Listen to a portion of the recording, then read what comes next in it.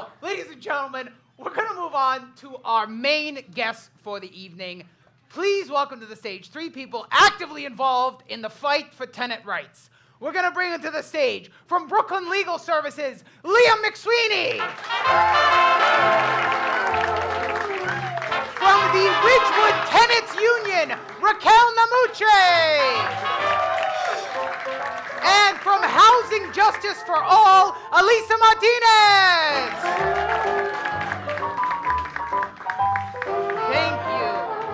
Thank you all for paying the toll. Fuck a toll. Thank you all so much for being here. So I just want to get a sense of who you are and what each of you do, if you wouldn't mind. Start with Liam, yeah. Thank you. My name is Liam McSweeney. I am a tenant attorney at Brooklyn Legal Services. Yeah, shout out lawyers, I guess. No, boo. I think this is where I'm obligated to say I speak as Liam, not Brooklyn Legal Services. But yeah, I sue landlords and rep tenant associations. My name's Raquel Namuche, and I'm a tenant organizer, and I volunteer with a group called the Ridgewood Tenants Union, which is a group I also started in 2014 because Ridgewood is always a neighborhood you're watching and unfortunately moving into now. And I get paid through a job I have as a tenant advocate at a legal service organization, which I'm not going to name. Smart. I'm Elisa Martinez. I am a community organizer and housing conservation coordinators. I heard somebody say Midtown earlier. If you ever have any housing issues, hit me up. We primarily work in Hell's Kitchen, Midtown, but we work a lot with Housing Justice for All, and you'll hear a lot about our campaigns, but the rent freeze is really what we're working for right now. Yes, thank you all. Thank you all for being here. Now, when I think of tenant rights, I picture a bunch of sort of like bohemian art school graduates, very like Rent style, Rent the musical, not Rent the thing. Sort of like claiming squatters' rights in like an old factory. Is that what you're concerned with? No, actually, Okay. It turns out no. Great. So, Eliza, you said a Housing Justice for All, which I know is a statewide organization. So what specifically are you all focusing on at the moment? Is there a Sorry, Robert, you meant to say Elisa. I don't know who Eliza is. I apologize. Right now we're working on the rent freeze campaign. I don't know if we have any rent stabilized tenants in the room. You're a rent stabilized tenant?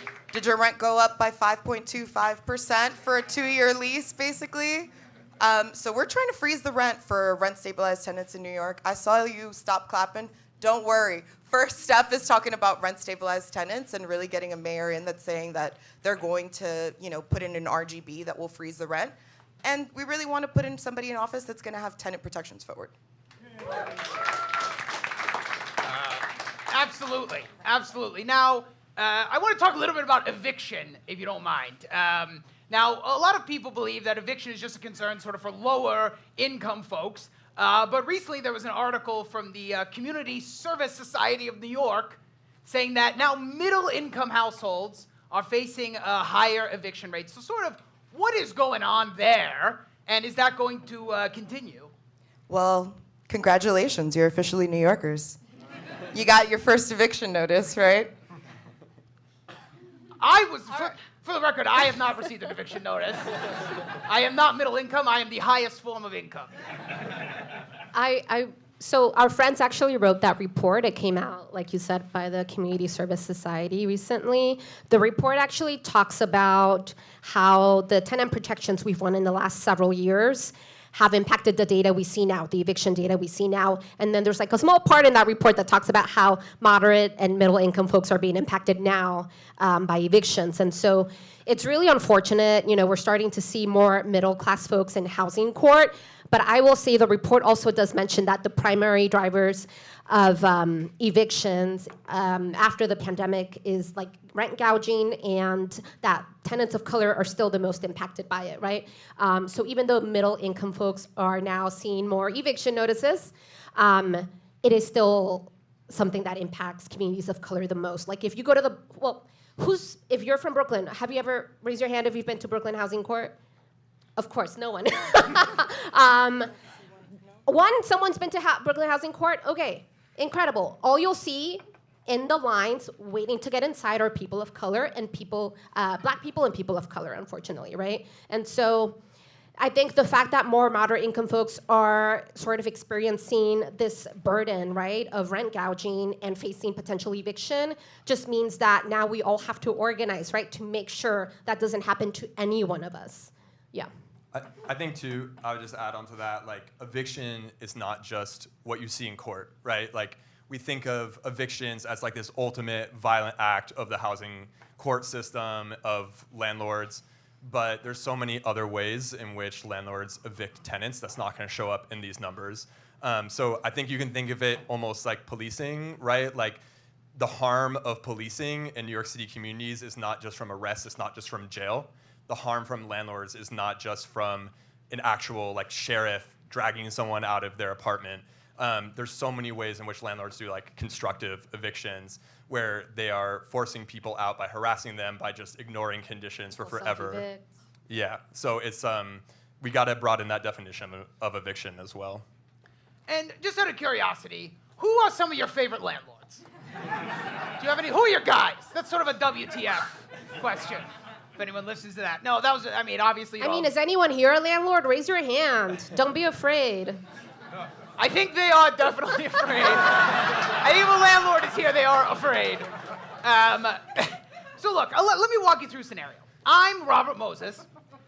Hold for applause. And I want to build, let's say, a squash court where an apartment building is, right? So I want to get all the people out, and I want to tear it down.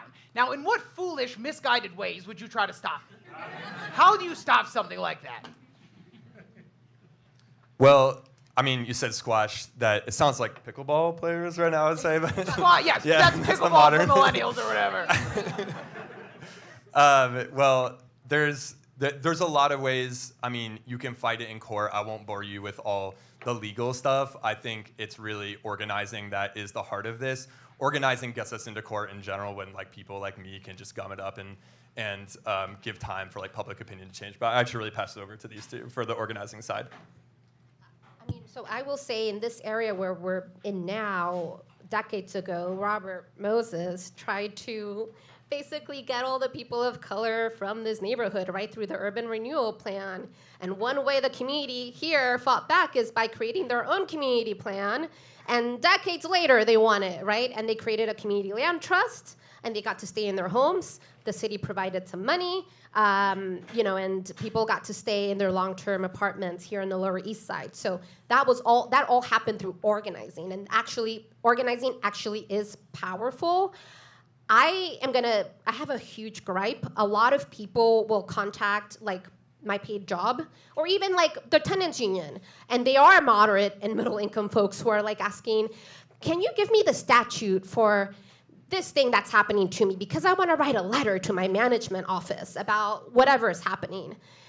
These are normally things that people can Google, right? And these are people that are like, if you help me with this one thing, I will come to a tenant meeting. Do they ever come to a tenant meeting?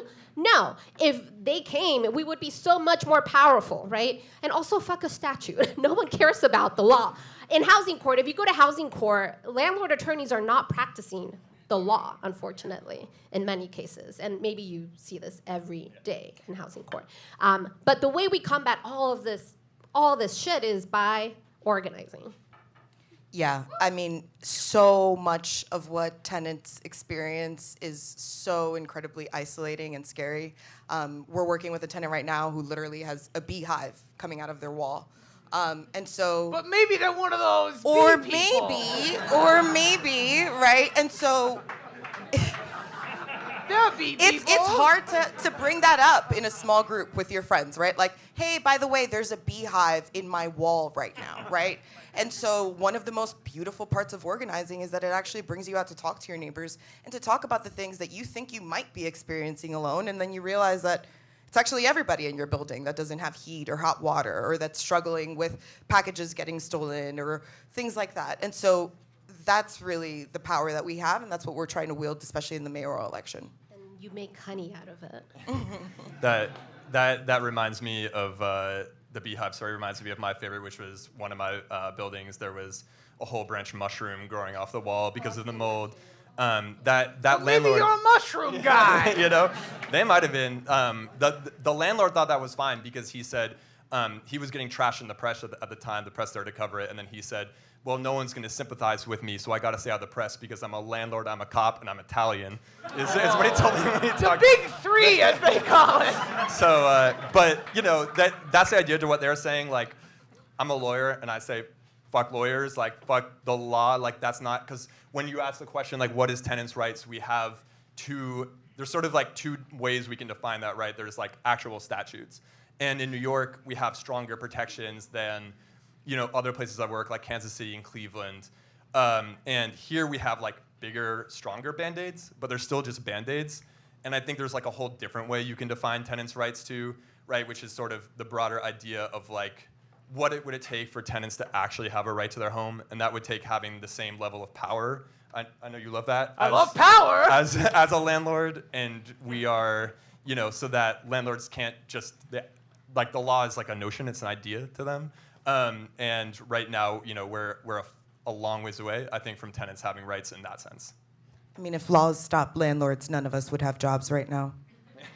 Yeah, oh yeah. Laws stop, no. I mean, it's like ticker tape, you know? You just kind of run through it. Ticker tape, a finish line, you know what I mean? The tape at a finish line. What do you call that, finish line tape?